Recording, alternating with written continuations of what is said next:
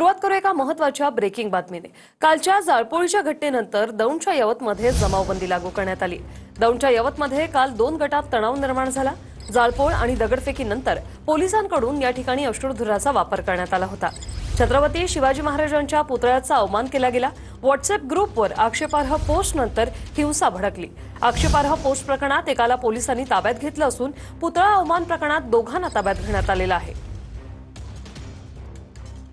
शांततेने पार पडलं। कुठल्याही प्रकारचं काही आक्षेपार्ह तिथे काही घडलेलं नाही, कोणी काही बोललेलं नाही। त्याचं कारणच एवढं आहे की ते सातत्याने जसं छत्रपती शिवाजी महाराजांच्या प्रतिमेचं तिथं कुठेतरी मोडतोड केली तरी लोक शांत बसले आणि ते थांबायला तयार नाही ना। ते रोज काहीतरी टाकतात, रोज काहीतरी करतायत। त्यामुळे हे आपल्याला कुठेतरी या महाराष्ट्राच्या दृष्टिकोनातून अत्यंत घातक आहे। म्हणून हे पिढ्या कुठेतरी अशा पद्धतीने होत असेल तर यांना कुठेतरी कायदेशीररित्या पोलीस प्रशासनाने त्यांना योग्य त्या प्रकारे कायद्याचे पायबंद घालणं गरजेचं आहे की तिथल्या आमच्या सर्व सकल हिंदू समाजाच्या लोकांनी कुठल्याही प्रकारे कायदा हातात घेऊ नये। पोलीस प्रशासनाला तिथलं जे काही प्रशासन असेल, कुठलंही प्रशासन असो, त्याला सहकार्य करावं। तरुणाने आक्षेपार्ह पोस्ट टाकल्यामुळे त्या गावात थोड्या काळाकरिता तणाव झाला होता, परंतु पोलिसांनी तातडीनं त्या मुलाला अटक केली आणि गावातली देखील बैठक घेतली। सर्व नागरिकांना एकत्रित बसवलं आणि समजूत काढण्याचा प्रयत्न त्या ठिकाणी केला। तरी काही लोकांनी त्या ठिकाणी धुडगूस घालण्याचा प्रयत्न केला, परंतु आता परिस्थिती पूर्णपणे नियंत्रित आली आहे आणि शांतता यवत ह्या गावामध्ये आम्ही निर्माण करतोय। काल जी घटना घडली, छत्रपती शिवाजी महाराजांच्या पुतळ्याचा अवमान करण्यात आला आणि जाळपोळीच्या घटनेनंतर दौंडच्या यवतमध्ये सध्या जमावबंदी लागू करण्यात आली। 2 गटात तणाव निर्माण झाला। अजितदादांकडूनही या परिस्थितीचा आढावा घेण्यात आला। जाळपोळ आणि दगडफेकीनंतर पोलिसांकडून अश्रुधुराचा वापर करण्यात आलेला आहे। छत्रपती शिवाजी महाराजांच्या पुतळ्याचा काल अवमान करण्यात आला आणि ज्या ठिकाणी ही घटना घडली त्या ठिकाणी सध्या जमावबंदी लागू करण्यात आलेली आहे।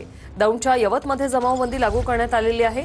2 गटात तुफान राडा झाला आणि त्यानंतर हिंसा झालेली आहे। अजितदादांकडून या संपूर्ण परिस्थितीचा सध्या आढावा घेतला जातोय। जाळपोळही झाली, 2 गट आपसात भिडले आणि सध्या जमावबंदी लागू करण्यात आलेली आहे।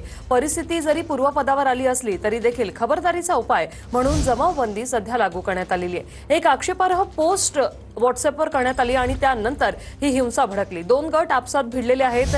अनेक ठिकाणी जाळपोळीच्या घटना घडल्या आणि त्यानंतर दौंडच्या यवतमध्ये आता जमावबंदी लागू करण्यात आलेली आहे। 2 गटात तणाव निर्माण झाला। अजितदादांकडून या संपूर्ण परिस्थितीचा आढावा घेण्यात आलेला आहे।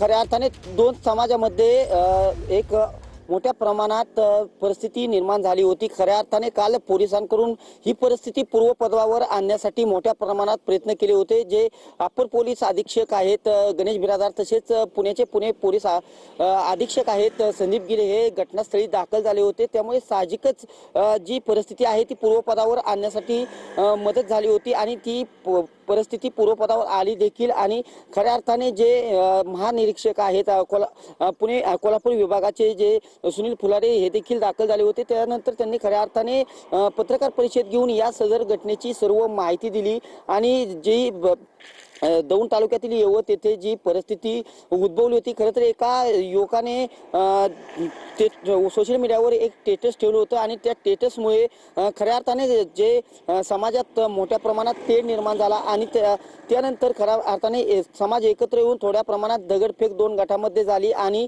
काही ठिकाणी दुकाने किंवा दुकानाच्या काचा फोडण्यात आल्या, काही ठिकाणी गाड्या जाळण्यात आल्या, तसेच गाड्यांच्या काचा असतील किंवा अनेक जो आठवडा बाजार होता, आठवडा बाजारामध्ये देखील मोठ्या प्रमाणात शेतकऱ्यांचं देखील नुकसान झालं होतं। अशी सर्व माहिती काल पत्रकार परिषदेमध्ये देण्यात आली आणि खऱ्या अर्थाने ज्या दौंड तालुक्यातील यवत येथे ही परिस्थिती उद्भवल्यामुळे जमावबंदी सध्या लागू करण्यात आलेली आहे। धन्यवाद तुम्ही दिलेल्या या